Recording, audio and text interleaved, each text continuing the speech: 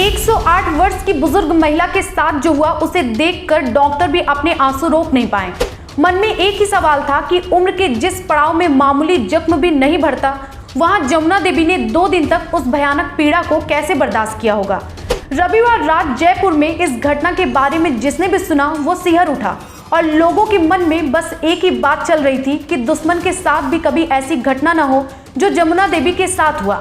108 साल की जमुना देवी उम्र के इस पड़ाव में शरीर सुकड़ गया था, बिस्तर से उठना भी मुश्किल था, जुबान ने साथ छोड़ दिया था, कुछ कहना होता तो इशारों में कहती।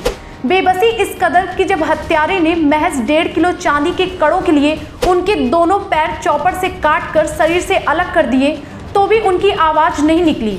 हत्यारा यही नहीं रुका, उसने चॉपर से गले पर भी वार किया। इतने जघन्य अपराध के बाद हत्यारे प्रकाश प्रजापत ने एक फंक्शन भी अटेंड किया। इस दौरान वह बिल्कुल नॉर्मल रहा, उस पर किसी को जरा सा भी शक नहीं हुआ। प्रकाश प्रजापत पहले जमुना देवी के घर पर किराए से रहता था। घर में हुए एक विवाद के बाद उससे मकान खाली करवा दिया गया था। इसके बाद प्रकाश प्रजापत आसपास की कॉलोनी में मकान किराए पर लेकर रहने लगा। पुलिस ने घटना की जांच शुरू की तो प्रकाश की स्कूटी सीसीटीवी में दिखाई दी। इस स्कूटी के आधार पर ही पुलिस आरोपी तक पहुंची। कोर्ट ने प्रकाश को 4 दिन की डिमांड पर सौंप दिया है। पुलिस प्रकाश से पूछताछ कर रही। पुलिस का मानना है कि कोई बहुत ही शातिर अपराधी ही इतनी भयावह घटना को अंजाम देने के बाद नॉर्मल बिहेव कर सकता है। वारदात के बाद प्रकाश ने अपने कमरे में जाकर कपड़े बदले और स्कूटी उठाकर सीधे अपने भाई के पास चला गया। इस वारदात के बाद प्रकाश ने अपने भाई से गांव चलने को कहा। इसके बाद दोनों गांव चले गए और गांव में दोनों ने एक फंक्शन अटेंड किया। सीसीटीवी में स्कूटी दिखाई देने के बाद पुलिस को शक हो गया।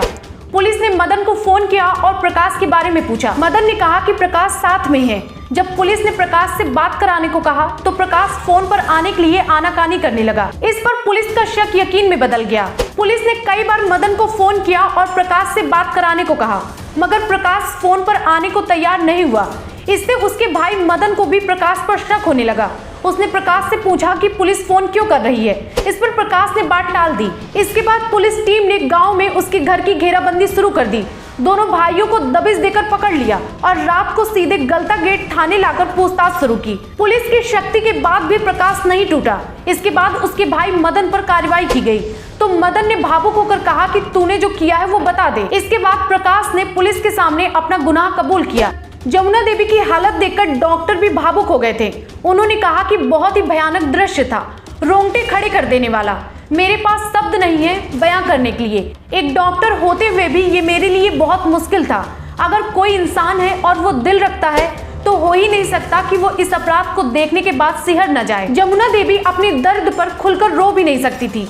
केवल उनकी आंखों से आंसू निकल रहे थे क्योंकि वो इतनी कमजोर थी कि चिल्लाकर रोना तो दूर वो बोल भी नहीं पाती थी। जमुना देवी ने इस दर्द को 2 दिन तक सहा और इसके बाद उनकी मौत हो गई। आरोपी प्रकाश के पिता जगदीश प्रजापत ने कहा कि मेरा बच्चा हो या किसी और का, यदि ऐसी घटना को उसने अंजाम दिया है तो उसे कड़ी सजा मिलनी चाहिए, लेकिन पता नहीं मेरे बेटे ने ये कैसे किया।